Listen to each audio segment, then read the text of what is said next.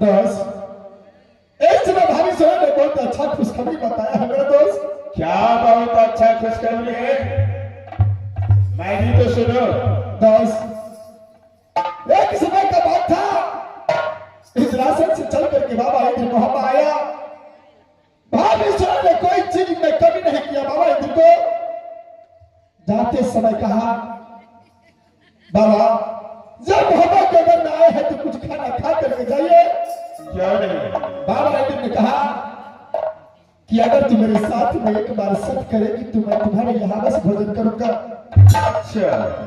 भाभी सोना ने धोखे में आकर के भाभी सोना ने बाबा इंद्र को साथ में शर्त कर लिया।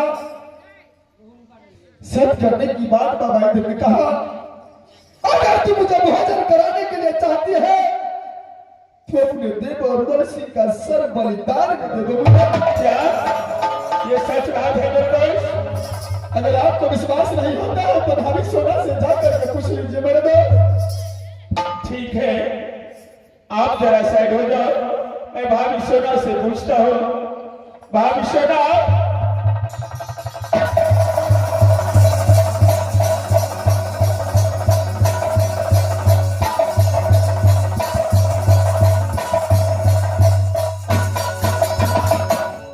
भाभी सोना, मेरे दोस्त ने जो बताया है वो बात सच है? जैसे मेरे देवर जी वैसे मेरे देवर हैं, आप भी मेरे देवर हैं।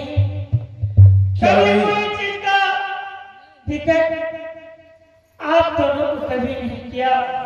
क्या नहीं मैं भाभी अपने सोना? देवर को पुत्र को समान मानती हूँ, ऐसे आप भी मेरे पुत्र हैं। देवेंद्र, बोलो भाभी। पहले जान बुझकर बाबा ने गुस्सा कोई छत कदर नहीं किया। बाबा ने जो कैसे सत करवा कर उसको सर गुजार ने भाग लिया। भाभी सोना,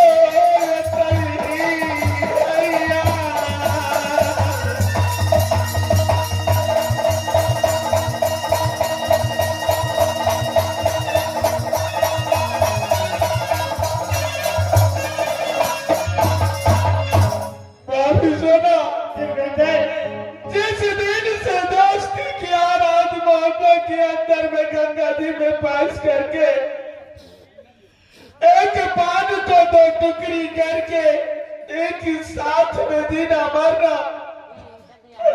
अगर मेरे दोस्त को सर बलिदान में बाबा इंद्र को दिया तो मेरा भी सर क्यों नहीं बाबा इंद्र को दान कर दिया। भाभी सुना अगर मेरे बाबा ने बताया सत्य है तो मैं राज्य में जाकर के सत्य पाएंगे, लेकिन मैं अपने जीवन में वचन बोले तो मैं अपने वचन में जान नहीं दूंगी।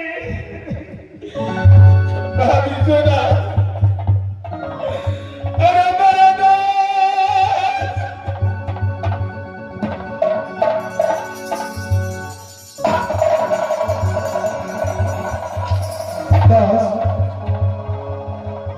इस बार देर न करो, सिर्फ 1 घंटे का टाइम दिया है बाबा इंद्र।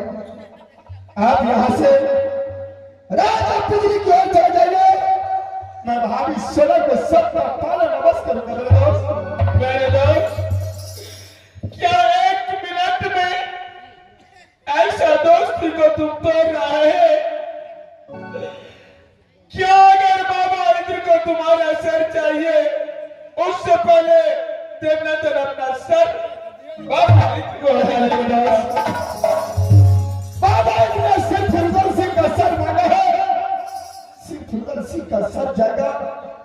बस मर जा तब तक, मर जा तब तक ये दोस्ती न टूटा है न टूटेगा मेरे दोस्त। उदल सिंह को मारने के बाद भी रुदल और देवनाथन का दोस्त दुनिया भर